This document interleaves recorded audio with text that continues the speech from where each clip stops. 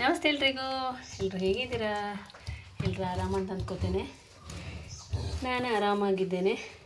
ನಮ್ಮ ಮನೆಗೆ ಹೊಸ ಅತಿಥಿಯ ಆಗಮನವಾಗಿದೆ ನಿನ್ನೆ ರಾತ್ರಿ. ನೋಡಿ,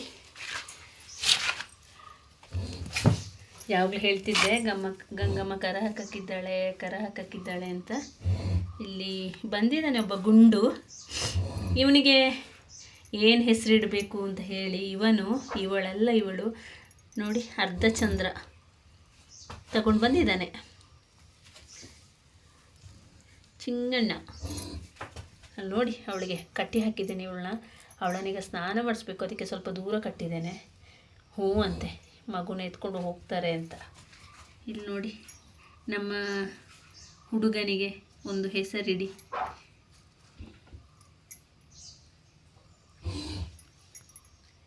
ತುಂಬ ಕೊಟ್ಟಿಗೆಲ್ಲ ಗಲೀಜು ಮಾಡಿಟ್ಟಿದ್ದಾರೆ. ಕ್ಲೀನ್ ಮಾಡಬೇಕೀಗ. ಜೊತೆಗೆ ಗಂಗಮ್ಮನ ಚಂದ ಸ್ನಾನ ಮಾಡಿಸ್ಬೇಕು. ಬಿಸಿನೀರು ಬಾನಂತಿ ಕಷ್ಟಪಟ್ಟಿದ್ದಾಳೆ ನಿನ್ನೆ ರಾತ್ರಿ ಪಾಪ. ನನ್ನನ್ನು ಪಕ್ಕಕ್ಕೆ ಹೋಗೋಕ್ಕೆ ಬಿಡ್ತಿಲ್ಲ ಗಂಗಮ್ಮ. ಸ್ನಾನ ಮಾಡೋಕ್ಕಂತೂ ಕೇಳೇ ಇಲ್ಲ ಇವಳು. ಒಂದು ಬಿಸಿನೀರು ಹಾಕ್ತಿದ್ದೆ, ಇನ್ನೊಂದು ಮಗುನ ದೂರ ಕಟ್ಟಿದ್ದಕ್ಕೆ ಏನೋ ಗೊತ್ತಿಲ್ಲ. ನಾನು ನೋಡಿದರೆ ಇವತ್ತು ಗುದ್ದಕ್ಕೆ ಬರ್ತಾಯಿದ್ಲು.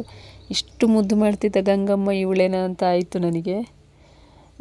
ಆದರೂ ಅವಳ ಬಾಡಿ ಪೇಯ್ನಿಗೆ ಅಂತ ಹೇಳಿ ಬಿಸಿ ಬಿಸಿ ನೀರು ಹಾಕಿದೆ. ಕಷ್ಟಪಟ್ಟು 2 ಬಕೆಟ್ ನೀರು ಹಾಕಿದೆ.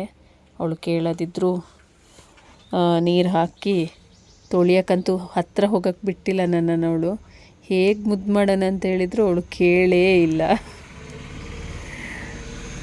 ಪ್ರತಿ ಸಲ ಕರ ಹಾಕಿದಾಗೂ ಹೀಗೆ ಆಡ್ತಾ ಇರ್ತಾಳೆ. ನನ್ನ ಮಕ್ಕಳನ್ನು ನೋಡಿದರೂ ಆಗಲ್ಲ, ನನ್ನನ್ನು ನೋಡಿದರೂ ಆಗಲ್ಲ. ಸ್ವಲ್ಪ ಒಂದು 12-20 ದಿನ ಆದಮೇಲೆ ಸ್ವಲ್ಪ ಸರಿ ಆಗ್ತಾಳೆ.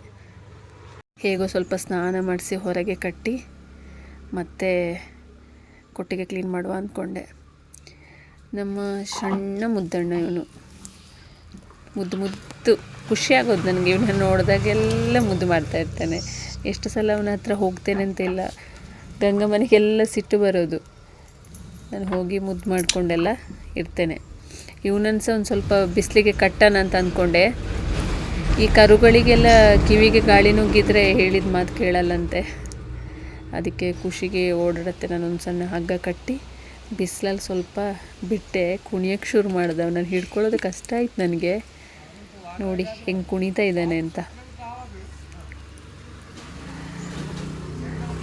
ನನ್ನ ಹೆಸರು ಕೇಳಿದ್ದೆ ಶಾರ್ಟ್ ವಿಡಿಯೋ ಹಾಕಿ.